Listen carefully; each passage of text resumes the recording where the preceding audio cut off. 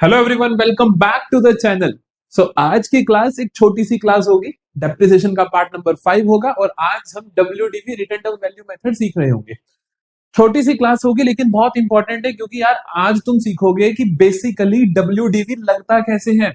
WDV लगता कैसे है तभी समझ आएगा कि इसकी बाकी की काउंटिंग कैसे होनी है। आज हम एक बेसिक क्वेश्चन करेंगे जहां पे मैं आपको सिखा दूंगा कि किस तरीके से डब्ल्यूडीवी लगाना है, और सेल भी इसी में सिखा दूंगा, ताकि जो अगला क्वेश्चन आएगा जहां पर मैं तुम्हें सिखाऊंगा कि मल्टीपल मशीनरी और फिर रिटर्न डाउन वैल्यू मेथड वो कैसे होना है, वो तुम्हें अच्छे से समझ आ जाए। तो आज की क्लास आपका एक बेस बिल्ड कर रही होगी। हर बच्चे को ये जरूर बिल्ड करना है कि अगर तुम एडवांस लेवल नहीं भी करना चाहते, कम से कम बेसिक क्वेश्चन तो जरूर सीख के जाओ, ताकि पहले एक दो साल के खाते तो बना ही सको ना, कोई भी क्वेश्चन आ जाए। तो इसलिए ये बहुत इंपॉर्टेंट क्लास रहने वाली है। आराम से समझेंगे रिटर्न डाउन वैल्यू मेथड का क्वेश्चन किस तरीके से आता है, किस तरीके से हमें उसे करना होता है। तो क्वेश्चन हमारे सामने है, देखो। जो हमारा एसएलएम था, स्ट्रेट लाइन मेथड था, उसमें और इसमें कोई सिर्फ डिफरेंस किस चीज का है? Calculation of depreciation. कि उसके अंदर कैलकुलेट करते थे स्ट्रेट लाइन मेथड से, इसके अंदर कैलकुलेट करोगे रिटर्न डाउन वैल्यू मेथड से। फर्क तुम्हें पता ही है। फर्क क्या होता है? फर्क जल्दी से देखें। अगर मैं कहता हूं कि 1 लाख की मशीन खरीदी, एसएलएम के हिसाब से पहले साल 10% के हिसाब से 10,000 डेप्रिसिएशन लगेगा, 90,000 वैल्यू हो गई। एसएलएम के हिसाब से अगले साल भी 10,000 डेप्रिसिएशन लगेगा। लेकिन रिटर्न डाउन वैल्यू मेथड क्या बोलेगा? कहेगा सर पहले तो 10,000, लेकिन अगले साल जो रिटर्न डाउन वैल्यू है 90,000, इसका 10% लगाओ, तो मतलब अगले साल 9,000 लगाओ। समझ आई? तो रिटर्न डाउन वैल्यू मेथड क्या कहता है कि डेप्रिसिएशन जो लगेगी, कम जो अमाउंट आपका डेप्रिसिएशन माइनस करने के बाद आएगा उसके ऊपर लगाना है। कि पहले साल जो अमाउंट था मशीनरी का, फिर डेप्रिसिएशन माइनस करके जो अमाउंट आया, अब इसके ऊपर आप डेप्रिसिएशन लगाओगे। रिटर्न डाउन वैल्यू मेथड ये कहता है। बहुत बेसिक सी बात है। जल्दी से देखिए क्वेश्चन कैसा दिखता है अपने को। चलो जी, चलो जी। तो क्वेश्चन मेरे पास कहता है कि a firm purchased an old truck for ₹2 lakh on 1 अप्रैल 2023। 1 अप्रैल 2023 को एक हमने ट्रक ले लिया भाई। It charged depreciation at the rate 20% per annum. 20% per annum हमने इसके ऊपर डेप्रिसिएशन चार्ज करा। Following return down value method, हमने रिटर्न डाउन वैल्यू मेथड को फॉलो करा। The truck was sold on 1 October 2025। Truck को बेचा कब आपने? 1 अक्टूबर 2025 को बेचा, फॉर ₹1। ठीक है। हमारे बेसिक बहुत आराम से सेम रहेंगे, सिमिलर रहेंगे, जो हमने पहले सीखे कि सर डेप्रिसिएशन कब लगाना होता है? ईयर एंड पे या फिर at the time of sale of machinery. इन दो समय पे डेप्रिसिएशन लगता है, ये आपको ध्यान रखना होता है। आओ जल्दी से ट्रक का अकाउंट बनाए। फॉर्मेट सेम रहेगा, अकाउंटिंग के ट्रीटमेंट सेम रहेंगे, बस डेप्रिसिएशन कैलकुलेट करने का तरीका बदल जाएगा।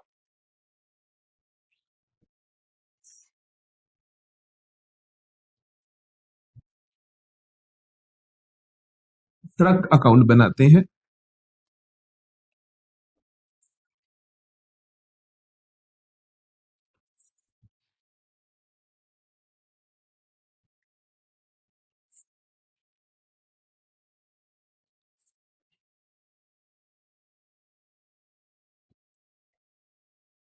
लो जी, तो ट्रक अकाउंट हमारा रेडी है, ट्रक अकाउंट का फॉर्मेट हमारा तैयार है। नाम लिख देते हैं जल्दी से कि आप हमारे ट्रक अकाउंट हो। जल्दी से बताइए, डेबिट साइड के 3 कॉलम। डीपीए, डी से बोले डेट, पी से बोले पर्टिकुलर्स, ए से बोले अमाउंट। फिर से डेट, पर्टिकुलर्स, अमाउंट, क्रेडिट। ये तो पता ही है अपने को, है ना। अब जो जो चीजें होंगी वो यहाँ पे हम लिखते चले जाएंगे। सबसे पहले कहता है आपने 1 अप्रैल 2023 को 2 लाख का ट्रक खरीद लिया। तो आप 1 अप्रैल 2023 को एंट्री पास करोगे। क्या पास करोगे? सर ट्रक अकाउंट आया, एसेट बढ़ी, बैंक कम हुआ, तो ट्रक की डेबिट में। ट्रक अकाउंट डेबिट हुआ, ट्रक की डेबिट में नाम आ जाएगा बैंक का, तो ट्रक की डेबिट में नाम लिख देते हैं बैंक का। तारीख हमें पता ही है, 2023 अप्रैल 1। ट्रक की डेबिट में नाम क्या लिखूं? To bank account. कितना आया मेरे पास? 2 लाख का ट्रक खरीदा। ठीक है जी। आपको ध्यान रखना होता है हर साल क्या क्या हो रहा है। पहला साल कब खत्म होगा आपका? पहला साल खत्म होगा बेटा जी 1 अप्रैल 2023 से 31 मार्च 2024। क्या 31 मार्च 2024 तक कुछ हुआ? ट्रक आपने बेचा 1 अक्टूबर 2025 को, तो 31 मार्च 24 तक तो कुछ नहीं हुआ। चलो 31 मार्च 24 पे, 31 मार्च 24 पे क्या करोगे? डेप्रीसिएशन लगा दोगे। चलो 2024 मार्च 31 लगाएं डेप्रीसिएशन बाय डेप्रीसिएशन अकाउंट।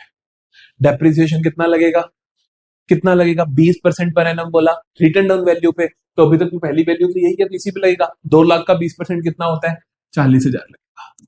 पहला डेप्रिसिएशन ये लगेगा, सॉर्टेड है। डेप्रिसिएशन लगाने के बाद खाते क्लोज करो, खाते क्लोज कर दिए, ये कर दिया क्लोज 2 लाख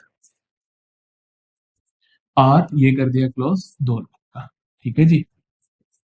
यहां पर जो आएगा उसे आप क्या बोलोगे, बाय बैलेंस कैरिड डाउन। कितना बैलेंस सीडी आएगा, 2 लाख में से 40,000 गया तो कितना आ जाएगा, 1,60,000।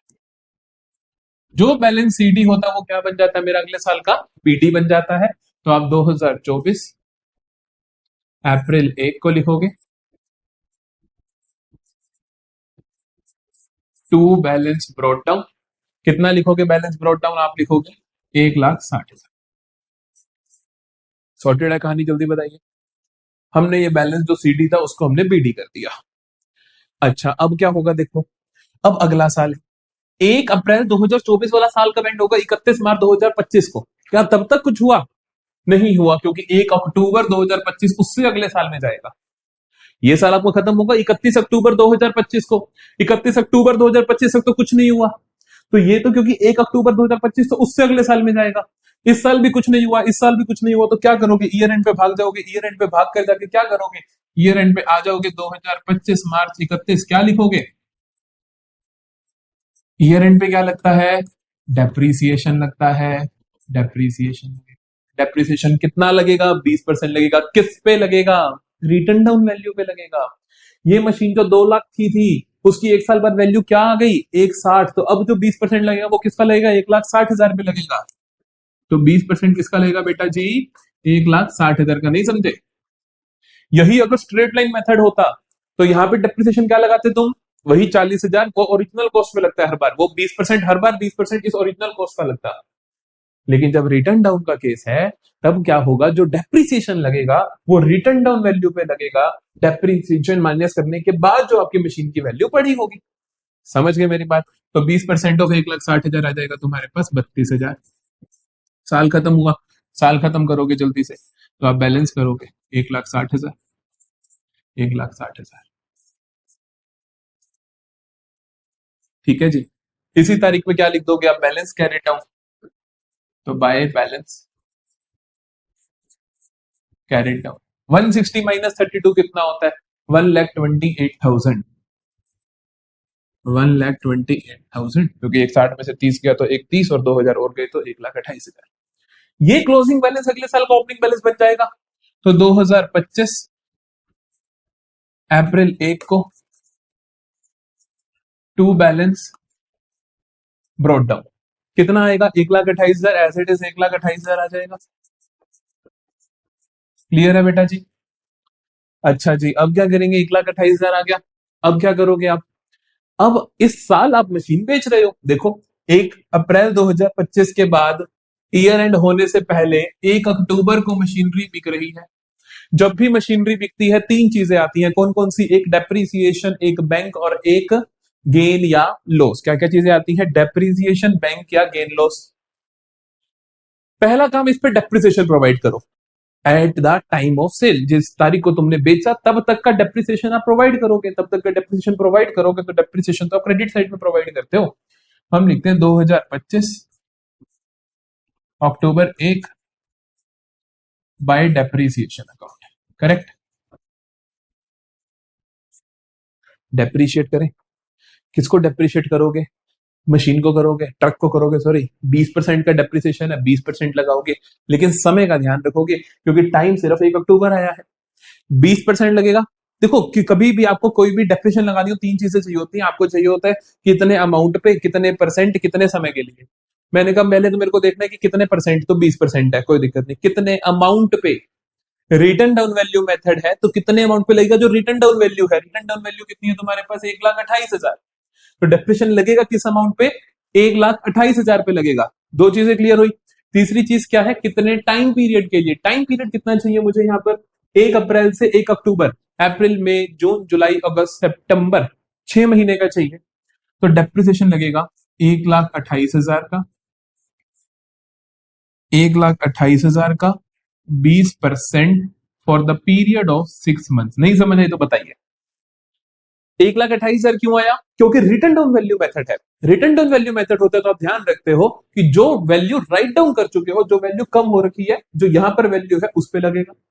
रेट आपको पता ही था 6 महीने, क्योंकि समय के हिसाब से। तो आइए जल्दी से देखें, ये 0 से 0 उड़ा, ये 0 से 0 उड़ा, 6 इंटू 2, 2 से 2 उड़ा, तो बेसिकली 12,800 डेप्रिसिएशन सॉर्टेड है। और आपने क्या करा, 1 लाख की दूसरी चीज बैंक बेचोगे तो यहां पे पैसा आएगा, यहां लिखो बाय बैंक अकाउंट। ठीक है बेटा, कितने का? 1 लाख का बेचा सर। ओके जी, जब तुमने ये दो चीजें लिख ली है ना, कुछ मशीन बची तो है ही नहीं, तो जो बैलेंसिंग फिगर होगा वो ऑटोमेटिकली गेन या लॉस होगा, चाहे तुम अलग से ना निकालो, है ना। कि अगर देखो 1,28 की मशीन थी, 12,800 डेप्रिसिएशन लग गया, 1 लाख की बेच दी, तो अब जो इसका बैलेंसिंग फिगर निकालोगे वो ऑटोमेटिकली इसका गेन या लॉस होगा। कौन सी साइड ज्यादा है? कौन सी साइड ज्यादा है? ये ज्यादा है, तो 1,28,000, इधर भी 1,28,000 आ गया। ठीक है, 1,28,000 में से 1 लाख गया तो 28,000, 28,000 में से 12,800 गया तो 28,000 में से 12,800 गया तो 28,000 में से अगर 13,000 गया तो 15,000, और ये 200 फालतू, 15,200। तो ये क्या है आपका? By loss on sale balancing, ये खाता मेरा कंप्लीट। ठीक है, अब ये जो लॉस ऑन सेल होता है बेटा, आपको ना ये आना भी चाहिए निकालना, आपको आना भी चाहिए निकालना। सिर्फ और सिर्फ ये नहीं होगा कि, क्योंकि देखो क्या होता है ना कि अभी तो पूरी की पूरी मशीन बेच दी। अगर ऐसा होता कि पूरा ट्रक, ये तो ट्रक है, अगर ये मशीन होती 2 लाख की और मैं कहता कि मशीन का चौथा हिस्सा बेच दिया, फिर मुझे सोचना पड़ता कि उसके ऊपर प्रॉफिट हुआ या लॉस हुआ, उस टुकड़े को कैसे समझते हैं। उसके लिए आप इतना करो, आपको सर कितने की चीज थी? 1,28 की चीज थी, डेप्रिसिएशन हो गया 12,800 का, तो वो कितने की बची? कितने की बची? जल्दी बताओ, 12,800 माइनस कर दो ना यार, कितना बचा? 87,200 का बचा।